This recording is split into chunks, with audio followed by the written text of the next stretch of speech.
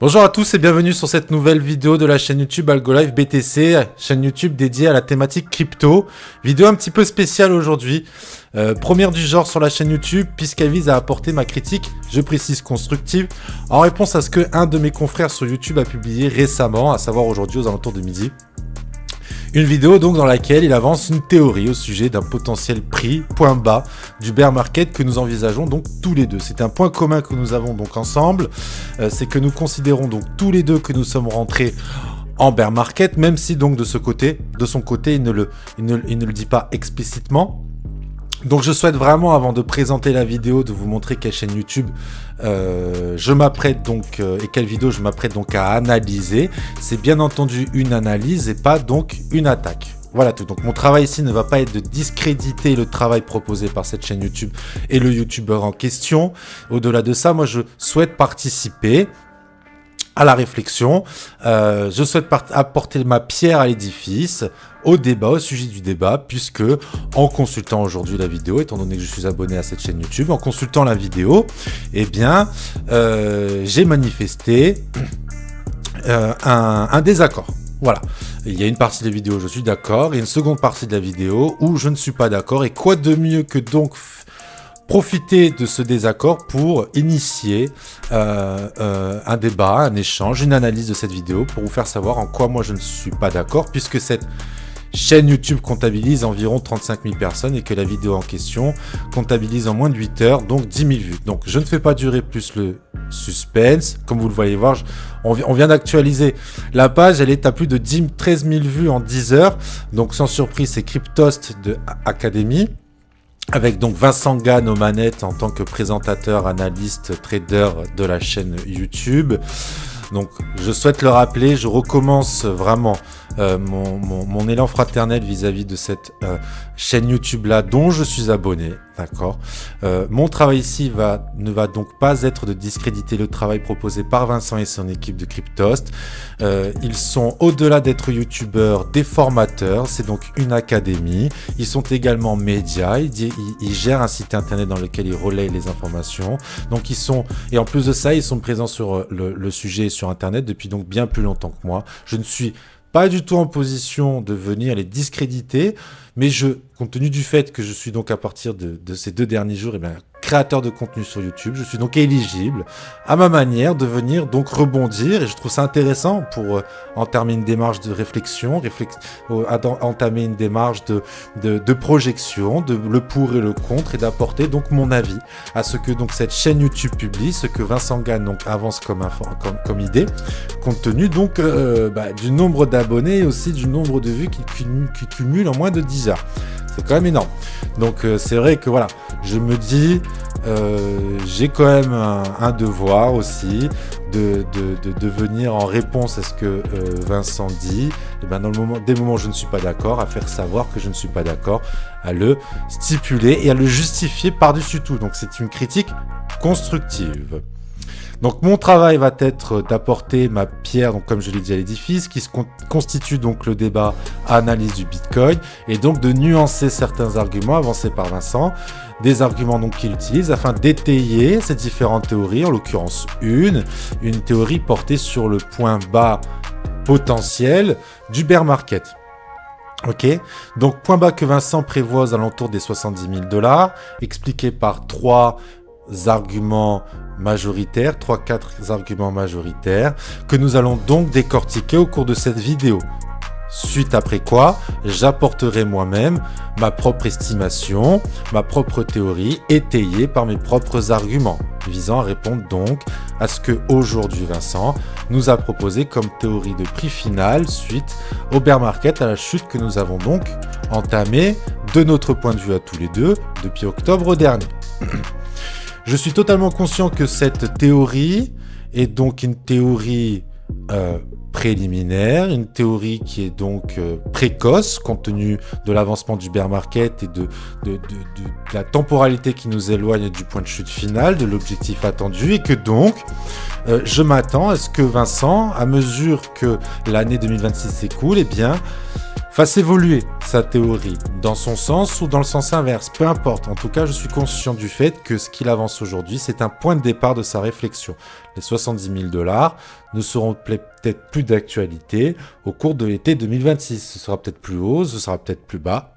En tout cas, aujourd'hui, il s'avance donc sur le montant des 70 000 $ comme point de chute, donc du potentiel et donc du bear market que nous envisageons. Là où donc le précédent point bas était au 15 000, 16 000 $, et bien pour la chute à venir, Vincent opte donc tout d'abord,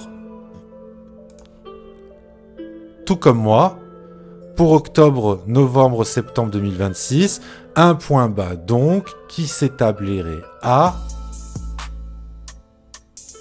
70 000 $ environ.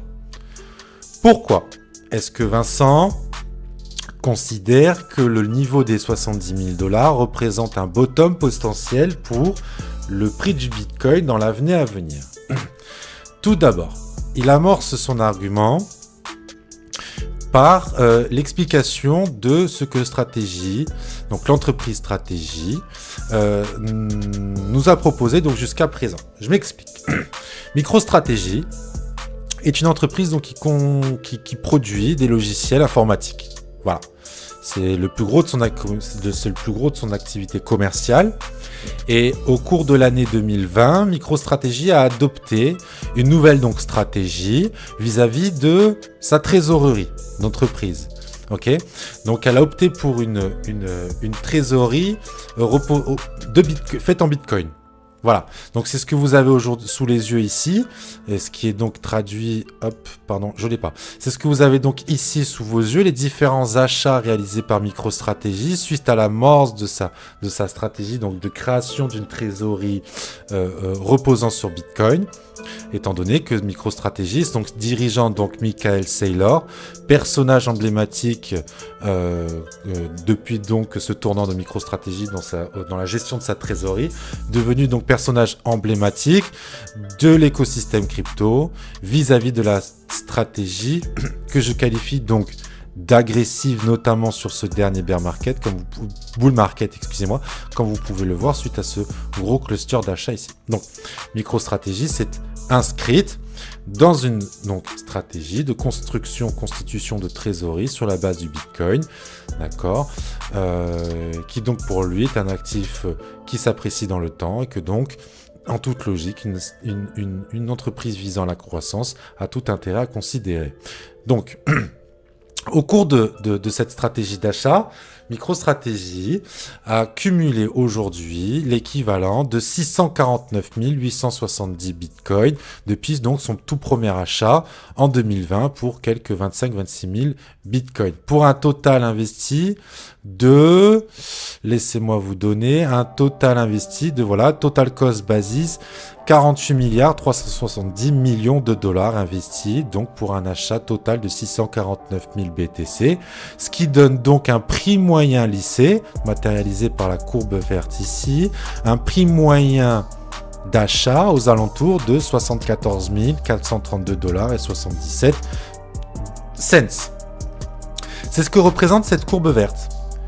Et c'est ce sur quoi donc Vincent, dans cette vidéo-là, de ces différentes hypothèses, et notamment celle du point bas, le point de chute du bear market, s'appuie pour définir un premier argument, l'utilise donc comme un premier argument, compte tenu de la taille de position qui n'est vraiment pas anodine, de 649 870 BTC, ok, représentant un peu moins de 5% de la valo totale, de la supply totale de Bitcoin. On n'aura jamais plus de 21 millions.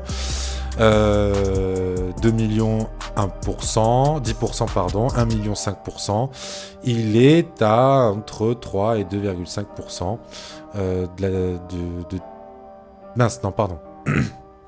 oui, c'est ça. Entre 2 et 3 donc, % de détention du Bitcoin. Ok, jusque-là, vous me suivez? Très bien. Ce qui fait dire à Vincent que le prix du BTC n'ira pas en dessous de ce fameux 74 000 $, c'est donc la taille du portefeuille et aussi, j'imagine, ce que aujourd'hui représente l'action de Michael Saylor, qui a agi comme un agent une locomotive tout au cours de ce cycle haussier, puisque comme vous pouvez le voir, il a adopté une stratégie d'investissement agressive, totalement différente de ce qu'il a pu faire précédemment ici, et que donc sur ce nouveau cycle haussier là, vous voyez bien que la taille de ses achats, le volume de ses achats, ces sphères d'achat là, les bulles d'achat différentes, eh bien, étaient relativement soft, moyenne, toute petite, moyenne, pour donc devenir dans une habitude, une coutume moyenne et devenir vraiment très volume, très grosse, des très gros volumes d'achat. Donc, c'est un premier élément où Vincent, dans la vidéo, très clairement nous dit « Je vois mal le BTC enfoncer ce prix des 74 000 $ compte tenu de la position de MicroStrategy. » Très bien. Alors Vincent, ce premier argument, donc c'est une porte ouverte pour rentrer dans mon désaccord, en tout cas nuancé, te faire savoir que je considère absolument que le prix il ira en dessous des 74-70 000 $ et qu'il ira même bien en dessous. Ok, je vous expliquerai à toutes et à tous pourquoi je considère qu'on ira bien largement en dessous des 70-74 $. Mais tout d'abord, pourquoi on ne peut pas se contenter de valider ce niveau de prix des 74-70 $. Tout simplement, 70 000 $. Tout simplement parce que cette réalité dans laquelle s'inscrit Vincent, où le prix n'ira pas en dessous de cette ligne verte, et bien le BTC, au cours de sa vie, comme vous pouvez le voir, de ce point-ci à cette fracture-là, il a évolué pendant plus d'1 an en dessous de la ligne de coût, du coût moyen d'acquisition de MicroStrategy du Bitcoin, de ces Bitcoins. Ok, donc par définition, argument numéro 1 rejeté, puis même je peux avancer dans cette analyse du prix moyen et de l'attitude de Michael Saylor de MicroStrategy dans son acquisition de BTC. Donc premièrement, oui, c'est tout à fait envisageable, il est même conseillé de ne pas envisager cette issue, que donc le prix va se contenter de rebondir et de ne pas dépasser les 74-70 000 $, puisque dans le passé, nous l'avons déjà fait. Tout simplement. Voilà, on le voit très bien là. Et on l'a fait de manière prononcée, durable. Ok, tout simplement. Deuxièmement, je souhaite vous rappeler que Michael Saylor n'étant rien un ovni, n'étant rien un messie, n'étant rien un insider, une personne qui détient une information clé dans la suite de l'évolution du marché des cryptos, c'est un humain lambda et son conseil d'administration est constitué d'humains lambda, certes qualifiés dans les softwares, dans les logiciels d'information, dans la gestion d'une entreprise, mais en ce qui concerne donc l'analyse d'un actif, ce ne sont pas donc des professionnels, c'est pas leur profession première, c'est pas leur métier premier. Même si Michael Saylor s'est largement donc appliqué à comprendre ce que représente Bitcoin, il le dit toujours, moi je m'affranchis du prix. Je reste loin de l'évolution du prix. Je ne regarde pas le prix, j'achète Bitcoin, peu importe où il se situe, car je considère que dans le futur, dans l'avenir, il ira toujours plus haut. Chose que aujourd'hui les graphiques lui donnent raison. S'il avait entamé sa stratégie à ce niveau-là, franchement aujourd'hui il aurait une magnifique position. Ok, donc lui il a entamé sa stratégie ici et il regarde pas le prix. C'est pourquoi il achète un petit peu n'importe où, dès qu'il peut, n'importe quand. Seulement, par rapport au prix, je note donc deux comportements de la part de MicroStrategy, donc Michael Saylor. Tout d'abord, il avait entamé une certaine logique, une certaine régularité, une certaine récurrence dans un volume moyen sur le précédent cycle haussier. Depuis ce point bas là jusqu'à ce point haut, même jusqu'ici, on pouvait considérer qu'on était sur une consolidation avant d'entamer un nouveau cycle haussier. C'est d'ailleurs beaucoup de personnes se sont fait piéger ici. Jusqu'à ce niveau-là, Michael Saylor, et donc par le biais de son entreprise, a massivement commencé à investir. Jusqu'à que, qu'est-ce qui s'est passé ? Finalement, cassure à la baisse du scénario, et finalement, on est vraiment rentré en bear market. C'était vraiment le début du bear market ici. Et là, on note que, tout de même, entre cet endroit-là, entre cette action d'achat ici, et ce que nous a proposé Michael Saylor et son entreprise, tout en bas du marché finalement, là où il aurait peut-être dû forcer la main, plutôt que c'est plus haut ici, là où il aurait dû forcer la main, il est abonné aux absents. Du moins, il s'est fait timide. Cette période-là, période constituant la plus belle opportunité d'investissement sur le Bitcoin par rapport à notre cycle haussier, Michael Saylor s'est fait timide. Alors on pourrait se demander pourquoi. Tout simplement, peut-être, petit 1, il était en train de préparer cette stratégie de levée de fonds massif. Ok ? Peut-être, numéro 2, à ce moment-là, il n'avait pas les moyens. Ils pouvaient pas. Et moi, petit 3, je pense qu'en fait, il a eu peur. Ils ont eu peur. Ils se sont dit, oulala, on s'imaginait donc déjà conserver une position au vert, que tout ça allait rester, le prix du Bitcoin allait évoluer au-dessus, et puis bizarrement, dès qu'on est passé en dessous, hop, le conseil d'administration, les créanciers, ils sont en train de poser des questions, ils sont en train de douter, même lui, probablement, Michael Saylor, il était en train d'avoir les jetons à regarder son portefeuille chaque nuit. C'est possible. Donc un effet de peur classique, c'est pour ça que j'ai ramené, j'ai ramené au fait que nous avons affaire à un humain fait d'émotions, un ensemble d'humains qui sont régis par des émotions qui ne profitent pas dans le marché. Pourquoi ? Parce qu'au moment de la meilleure opportunité de prix, nous avons peur. Et à l'inverse, au moment du plus haut risque, au moment où on s'inscrit dans les tops de marché, on devient euphorique. On a une extrême confiance. On considère que c'est très facile d'investir dans Bitcoin compte tenu du fait que ça ne fait que grimper et qu'un enfant de 10 ans pourrait cliquer sur le bouton acheter et voir donc générer du bénéfice. Donc on remarque ici, je traduis en fait, un effet d'euphorie, d'optimisme, d'agressivité à l'achat. Un achat enclin à l'achat compte tenu de ce cluster d'achats et compte tenu du fait que les achats réalisés ici n'ont rien à voir à ce qui s'est passé dans le passé. Donc euphorie en top de marché, absence, peur, déconnexion, détachement du marché en bas de marché. C'est une psychologie classique d'un investisseur lambda dans les cryptos. Qui dit psychologie classique d'un investisseur lambda dans la crypto, son portefeuille en bear market a, tout comme le vôtre, tout comme le mien, si j'avais été donc exposé, là je suis totalement sorti, mais a toutes ses chances de se passer en rouge, Michael Saylor n'est en rien un messie. C'est un investisseur lambda qui a certes des gros bras, ok, financièrement parlant, mais qui reste donc assujetti à la psychologie des marchés. Et qui donc va très vraisemblablement, de fortes chances, nous y sommes proches, rencontrer une situation, renouveler la délicate situation d'un portefeuille dans le rouge. Petit 1. Donc non, la position de Michael Saylor ne constitue en rien un mur. Un mur donc d'achat, empêchant donc la chute prochaine du Bitcoin de passer ce niveau et donc d'aller côtoyer des niveaux inférieurs à ce niveau de prix moyen. Ça, c'était le premier argument de Vincent. Utiliser donc la position de cette micro-stratégie comme un support. Deuxième stratégie de Vincent, qui en fait cherche des confluences. Ok, il cherche au niveau, ou alors c'est une fois qu'il a constaté qu'il avait des confluences, ok, il prend la question dans le bon sens. Tiens, j'ai une première confluence, le niveau des 74 000 $ pour Saylor. Tiens, deuxième argument, j'ai une nouvelle confluence, une nouvelle donnée qui vient donc conforter ce prix des 70 000 $, c'est le top du précédent marché haussier, qui, d'après Vincent, devrait être défendu, protégé. C'est à ce moment-là où on remonte dans le passé. C'est à ce moment-là où on va consulter ce que les différents tops de marché, comment ils se sont comportés face à la précédente baisse. Ok ? Donc on remonte et nous arrivons donc au premier remarquable top du marché que nous allons donc comparer au prochain, au bottom qui a suivi. Ok ? Celui-ci. Donc je regarde en fin de compte la marge qui sépare ces deux points.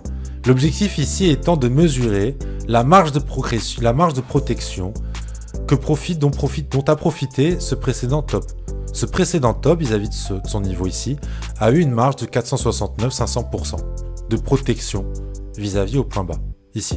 Donc 500% de marge de protection avant de venir arriver à une marge de 0, avant de toucher ne serait-ce que le plus haut de ce cycle. 500% admettons. Ok, on arrondit à 500%, 470, 500%. Peu importe, nous ne sommes pas là pour chipoter, nous sommes juste là pour repérer une tendance. Deuxième donnée donc, je prends ce point haut ici de ce marché et je prends là-bas le point bas de ce marché baissier qui nous amène donc à 160%. On peut arrondir à 200%, bon 160%.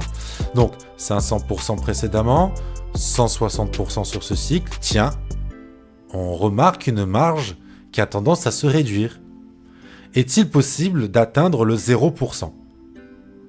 Est-il possible d'atteindre le 0%? Voyons, on continue, je regarde. Que s'est-il passé pour le prochain cycle? Ah bah mince. Le cycle suivant, en fait, non seulement on a côtoyé le 0, mais en plus de ça, on a côtoyé le moins 20. Donc nous sommes passés de 500% à 170% de marge, à ce cycle-là, ce bottom ici, se retrouver à enfoncer le précédent plus haut de Bitcoin, dans une logique où la marge déjà s'inscrivait dans une réduction à mesure des bear markets. 500%, 170%, moins 20%. Donc, en extrapolant, simplement en observant la diminution de cette marge qui a donc précédemment été enfoncée de 20%, on peut simplement partir du principe que, aujourd'hui, nous pouvons donc d'ores et déjà admettre que nous allons enfoncer le sommet de moins 20% et que dans une logique de réduction de cette protection de sommet, eh ben, nous allons donc nous enfoncer au-delà de moins 20%. Donc ça peut être moins 25, ça peut être moins 30, moins 35, moins 40, je ne sais pas. Mais en tout cas, il semblerait qu'il y ait une évidence à l'hypothèse, à la théorie du non Vincent. Une nouvelle fois, désolé, je ne peux pas cautionner, je ne peux pas valider, je ne peux pas être d'accord avec ce que tu nous avançais aujourd'hui, à savoir la protection ferme et définitive de ce plus haut historique. MicroStrategy est un investisseur comme tout le monde où il peut rencontrer son portefeuille à côtoyer donc la négativité. Ce précédent plus haut ici n'est pas exempté, n'est pas protégé vis-à-vis d'une potentielle chute, car nous avons déjà vu un sommet qui avait été révisité, et que cette marge, cet espace qui protège le sommet, s'est réduit à mesure des bear markets jusqu'à donc connaître un enfoncement de 20%. On peut donc considérer qu'on peut aller au-delà d'un moins 20% sur cette protection de sommet. Ok, ça c'était l'argument numéro 2. L'argument numéro 3, que Vincent n'utilise pas correctement à mon sens, qui va donc, c'est l'argument bis du sommet, c'est donc le drawdown. Donc qu'est-ce que c'est le drawdown? Le max drawdown, c'est ce qu'on va regarder, c'est ce moment où la courbe rouge atteint son plus bas. Donc on a eu un max drawdown ici de 93, nous avions eu un max drawdown ici aux alentours des moins 77, moins 80 dépassé, 83, un max drawdown ici de moins 81, etc. jusqu'à donc ici un max drawdown de moins 76%. Okay, et donc on peut s'apercevoir que si je relie le max drawdown ici à ce max drawdown là, ben en fait j'arrive à tenir l'ensemble des points sur la courbe. Et donc ça marque une tendance qui nous traduit que les drawdowns, à mesure que les bear markets, donc de ces phases baissières impressionnantes, et bien ces phases baissières impressionnantes sont de moins en moins prononcées, de moins en moins fortes. À l'inverse, donc cela signifie que Bitcoin est de plus en plus résilient. Okay, cela, c'est le comportement d'un actif refuge, un actif qui donc dans le temps fait preuve de résilience. C'est ce qu'on attend d'un actif donc refuge, d'une valeur refuge. Donc moi malheureusement je ne peux pas tracer la courbe et donc prolonger, tirer la courbe jusqu'à un potentiel point bas. Puisque avec Vincent nous partageons donc la théorie des cycles. La théorie des cycles du Bitcoin qui nous dit que de ce point haut ici à ce point bas, nous avons baissé en 59 semaines. De ce point haut ici à ce point bas ici, nous avons baissé, chuté en 52 semaines. De ce point haut ici à ce point bas ici, nous avons baissé également en 52 semaines. Donc le prochain cycle baissier devrait s'ancrer dans le temps, dans une durée entre 52 et 59 semaines. D'accord ? Nous retenons donc l'intervalle 52-59 semaines. Ensuite, les phases haussières, donc dans la cyclicité du Bitcoin, de ce point bas ici à ce point haut ici, 151 semaines. Okay, je l'ai fait dans une précédente vidéo.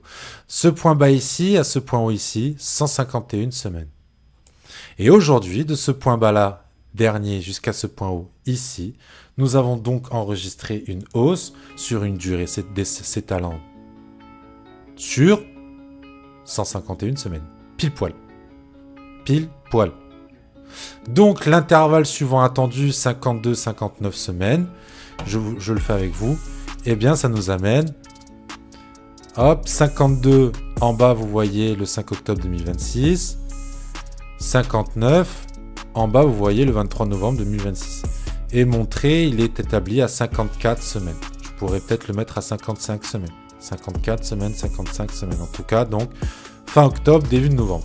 Nous sommes tous les deux d'accord pour positionner un potentiel timing du fin du bear market en octobre-novembre 2026. Là où nous ne sommes pas d'accord, c'est le niveau. Donc, nous avons le X où nous sommes d'accord, mais nous n'avons pas le Y sur lequel nous sommes d'accord. Ok.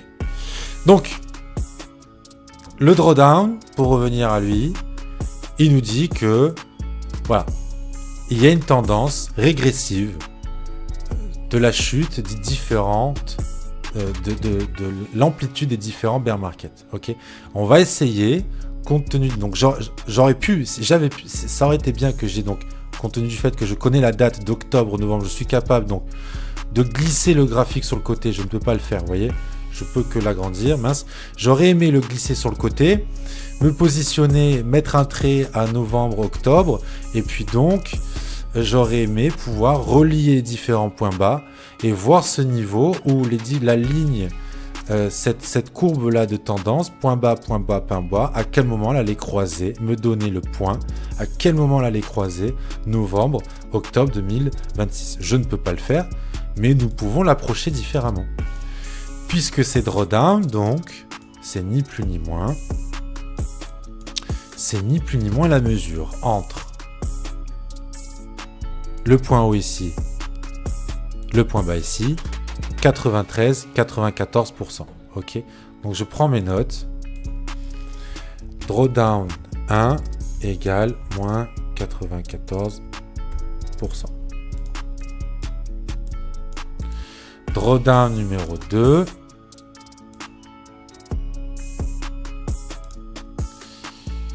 Moins 86%. Drawdown numéro 2. Moins 86%.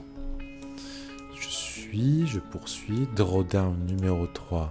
Et vous allez voir, on a les mêmes données que le graphe. Simplement 83, donc moins 84. Hop, c'est pour vous montrer comment un drawdown se calcule. Moins 84%.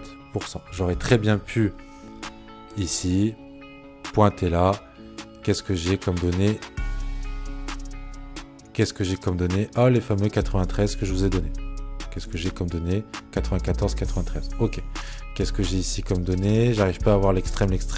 83%. Qu'est-ce que j'ai de mon côté? 86%. Ok, parce que j'arrive pas à choper, vous voyez, la pointe extrême. Qu'est-ce que j'ai de ce côté? Là, par contre, 82, 88. Bon, bah, on est d'accord pour dire, on arrondit à... Bon, moi, j'ai eu 84, parce que j'ai quelque chose de plus exhaustif. Ok, j'ai le graphe sous les yeux, j'ai quelque chose de plus exhaustif, de moins grossier. Je poursuis donc. On n'est pas à 1% près. Je poursuis donc. Moins 77 de ce point haut à ce point bas là, pour ce qui concerne le drawdown numéro 4. 4. Qu'en est-il donc du drawdown numéro 5? Comment, pourrions-nous, par l'étude d'une suite arithmétique, ça pourrait être l'objet d'un test de QI, par exemple, sur la base de la suite de termes DD1, DD2, DD3, DD4, déterminer le terme suivant, DD5 faisant donc partie de la suite logique entamée. Test de QI à 150 points. Ok. Bon, bah allez, moi comment je procéderai? On calcule les écarts. Tout simplement. On calcule les écarts. J'ai un point de départ à 94. Ok. Un deuxième à 86. Ok. 94 moins 86. 8. Entendu. Suivant. Je passe donc d'un 86 à un 84. Ah. Bon, bah là. 2. Très bien. Suivant. Je passe d'un 84 à un 77. 7%. Ok. Donc, 8, 2, 7. Qu'est-ce qu'on fait? On reste à 7. Alors, on repart à 2. Option numéro 1. On repart à 2. 8, 2, 7, 2. Dans un actif qui est de plus en plus résilient, pas logique. On voit qu'il y a une régression qui s'intensifie, enfin, qui est notable. Ok. 2, à mon sens, c'est pas suffisant. 2, c'est pas suffisant. 2% d'écart, c'est pas suffisant. S'inscrire dans ce qui s'est passé précédemment. On régresse de 7%. On est donc 7% de plus résilient.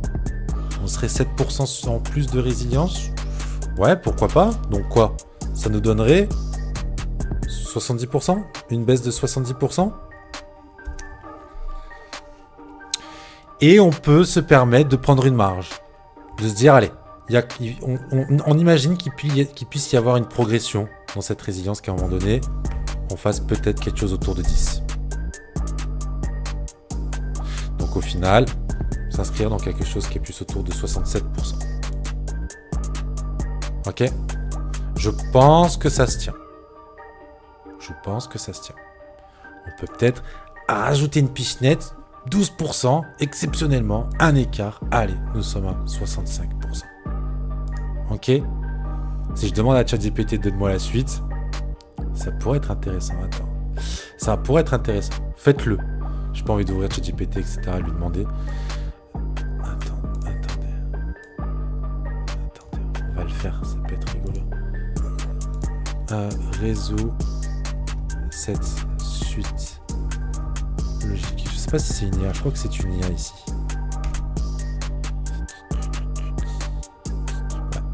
Alors, très intéressant, AlgoLife. Qu'est-ce qu'il nous donne? Tatati tatata, exactement. Donc la même réflexion. DD5, moins 77%. L'écart suivant devrait être plus 9. Moins 68%.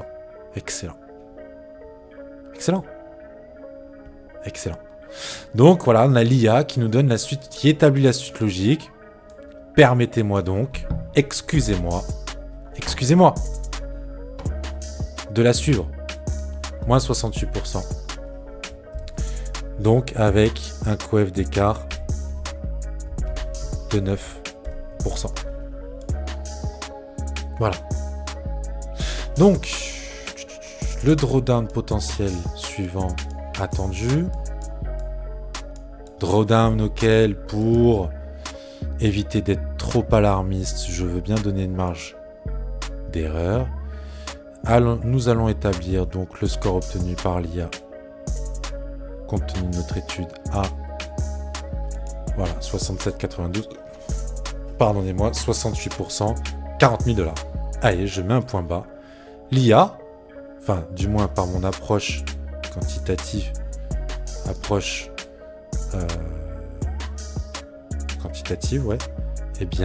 et l'utilisation de l'IA pour définir la suite, nous aurions donc un point bas extrême possible à 40 000 $. Et donc dans un élan de allez, je veux bien comprendre que ça fasse mal au casque, que 67% ça puisse faire mal. Nous allons donc créer une box qui est quand même 60. Moi je serais enclin à considérer donc un 45 000 $ comme étant un prix psychologique. Toujours compliqué à accepter, mais c'est ce dans quoi un bear market s'inscrit. 45 000 $, donc on aurait une box. Voilà, là où,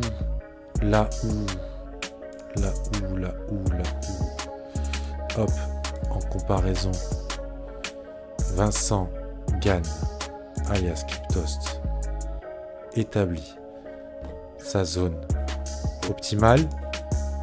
Mon analyse, en tout cas sur cette chaîne YouTube, jusqu'à preuve du contraire, bien évidemment, nous allons considérer plutôt que les 40-45 000 $ constitueront donc l'opportunité phare, le point de départ, le point d'arrivée du prochain bear market et le point de départ du prochain bull run. Alors on a vu donc un précédent bear market qui a enfoncé de 20% le sommet. Comment donc réagirait le sommet ici présent face à la borne haute de notre objectif? 33%. Face à la borne basse, 40%. Voilà donc. Ok. Un autre argument qu'utilise Vincent, donc là c'était la théorie du drawdown, qu'il utilise dans sa vidéo, mais qu'il sous-estime, à mon sens, il la sous-estime, il ne la valorise pas à sa juste valeur. Autre argument qu'utilise Vincent, c'est un fameux support, remarquable, certes, mais qu'il considère donc comme incassable, inviolable, imbreakable. Et qui en fait, quand on étire, donc j'aurais aimé pouvoir le faire avec le drawdown, je prends ce point bas, je relis ce point bas, le cours a rebondi sur ce point bas ici, et quand j'étire, cette ligne de tendance du prix se croise au niveau parfaitement de la box. Piche net. C'est une target. Donc nouvel argument, nouvelle confluence, donc visant donc à cibler un point bas potentiel aux 70-75 000 $. Nous sommes d'accord pour cette ligne du temps, mais nous ne sommes pas du tout d'accord pour le niveau. J'appelle donc à ce que ce support soit brisé. Oui. Voilà, tout simplement. Compte tenu de mon côté, j'envisage donc le break de ce support. Voilà. C'était donc l'approche de la vidéo. Alors, effectivement, si je l'ai faite, c'est que en comptabilisant, vous voyez, en comptabilisant 34 900 000 abonnés, en réalisant une performance sur 11 heures de 13 335 vues, auprès d'un public qui, la majorité, ont du mal déjà à accepter que nous venons d'entrer dans un bear market. Tout d'abord, sachez, cher auditeur, que la majorité, et ça peut être votre cas, des investisseurs crypto particuliers ont du mal à intégrer l'idée, à accepter l'idée que nous venons d'entrer dans un bear market.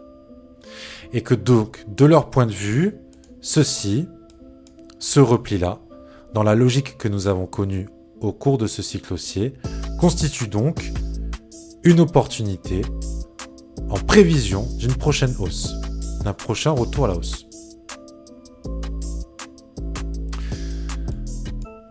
Ce que donc le sujet de la cyclicité du Bitcoin dément. Mais beaucoup d'investisseurs crypto appellent à une extension du cycle, appellent même à une annulation de la cyclicité du Bitcoin, et c'est un phénomène qu'on retrouve à chaque plus haut historique du Bitcoin. Où ça ne va pas s'arrêter, c'est pas possible, les nouvelles sont trop belles, etc., etc., etc. Micro-stratégie, porteur de marché.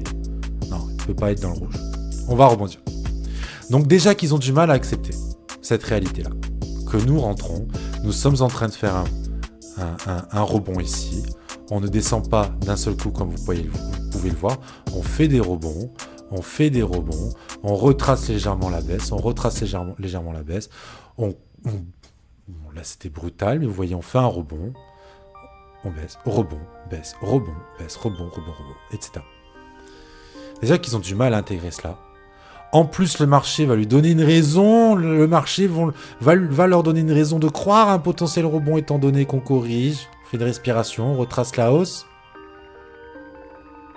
Ils ont déjà du mal à accepter ça.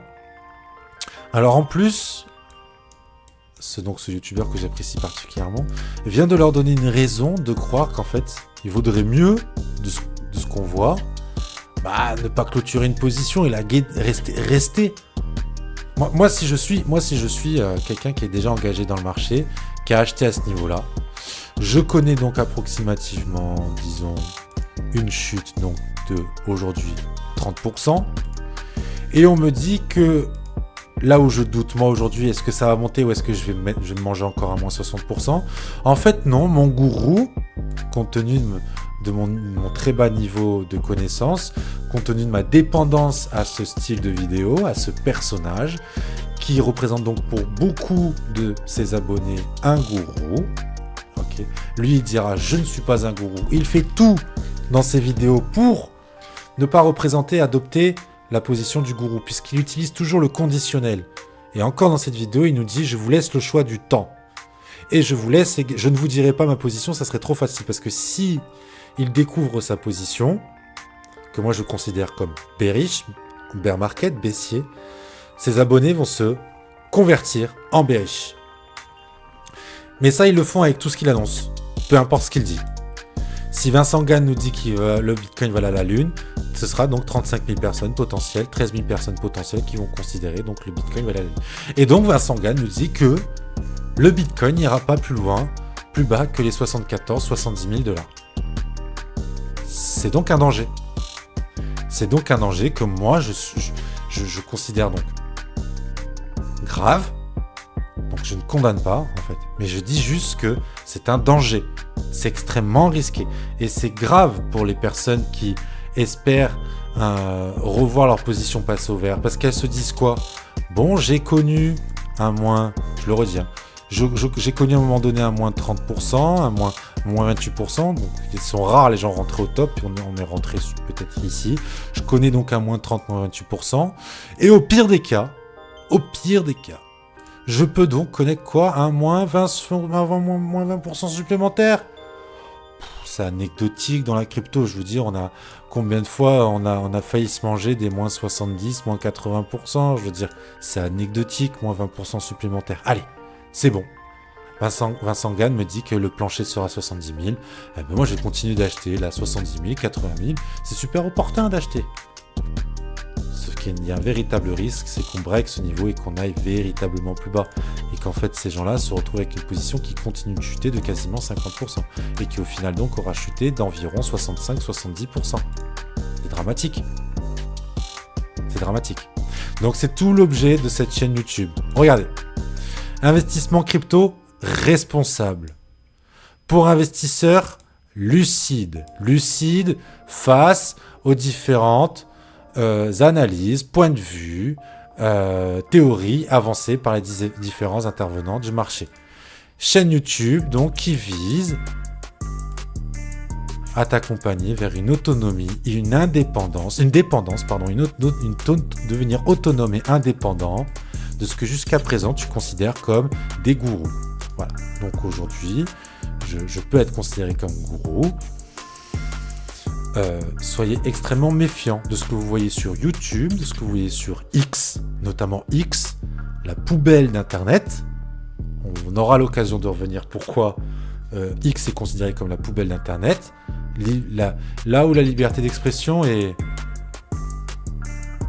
à son paroxysme, mais pas dans le bon sens du terme. Voilà. X plus que nulle part autre. Instagram et TikTok. Faites très attention à ce que vous voyez. Quand quelqu'un est un peu trop optimiste, faites attention. Quand quelqu'un est un peu trop négatif, bon bah prenez dans tous les cas ce que je dis avec des pincettes. Et c'est le cas pour tout le reste. Donc piochez à droite, piochez à gauche. Tiens, pourquoi j'ai pas eu d'alt season? Je vais regarder. Pourquoi aujourd'hui nous n'avons pas eu de alt season et pourquoi certains disent qu'il n'y aura pas de alt season, en l'occurrence moi. Pourquoi je dis pour ce cycle-là du BTC, nous n'avons pas connu déjà de alt season, donc j'explique ce qu'est une alt season et pourquoi donc nous n'allons pas connaître de alt season en ce qui concerne ce cycle et ce que je prévois donc pour le prochain cycle en ce qui concerne la alt season attendue. Ok, le dilemme, etc. Piochez à droite à gauche et faites-vous votre propre avis. Et responsabilisez-vous. Responsabilisez-vous. C'est pourquoi je suis obligé de rappeler, j'aurais dû le faire en début de vidéo, mais je suis obligé de rappeler, ok, que les investissements en bourse comportent des risques. Ok,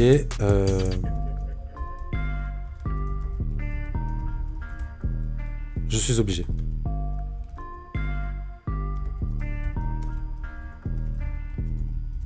De perte totale, en partie ou totale, du capital investi. Voilà. Je suis obligé, c'est la première fois que je le fais. je suis obligé. C'est Vincent, dans sa vidéo, qui m'y a encouragé, puisqu'il l'a fait. Et je me suis dit, je suis obligé de me protéger et de vous le dire. Les investissements en bourse comportent des risques importants. La valeur des actions et autres instruments financiers peut fluctuer à la hausse comme à la baisse, et les performances passées ne garantissent en aucun cas les résultats futurs. Vous pouvez perdre toute ou une partie du capital investi. Avant toute décision, assurez-vous de bien comprendre les mécanismes des marchés financiers. Si nécessaire, demandez conseil à un professionnel qualifié. Je ne suis pas qualifié. En conseil en investissement, je ne suis pas qualifié. Je n'ai pas la qualification de conseiller en investissement. Je n'ai même pas je n'ai même pas l'AMF. Je n'ai pas non plus le CIF, le conseiller en investissement financier. Je suis simplement un créateur de contenu. Tout simplement. Voilà, c'était la minute sensibilisation. Donc, pour terminer, je félicite une nouvelle fois Cryptost pour cette vidéo quotidienne, hebdomadaire, publiée. Félicitations à Vincent pour sa progression, son professionnalisme, son expertise et cette volonté de vouloir apporter un maximum de données à haut de camp. Okay, c'est des vidéos de qualité, j'en ai liké un certain nombre et donc je suis abonné à cette chaîne YouTube. Je vous invite donc vous aussi à la suivre. Ok. Par conséquent, je remercie tout le monde pour ses premiers visionnages.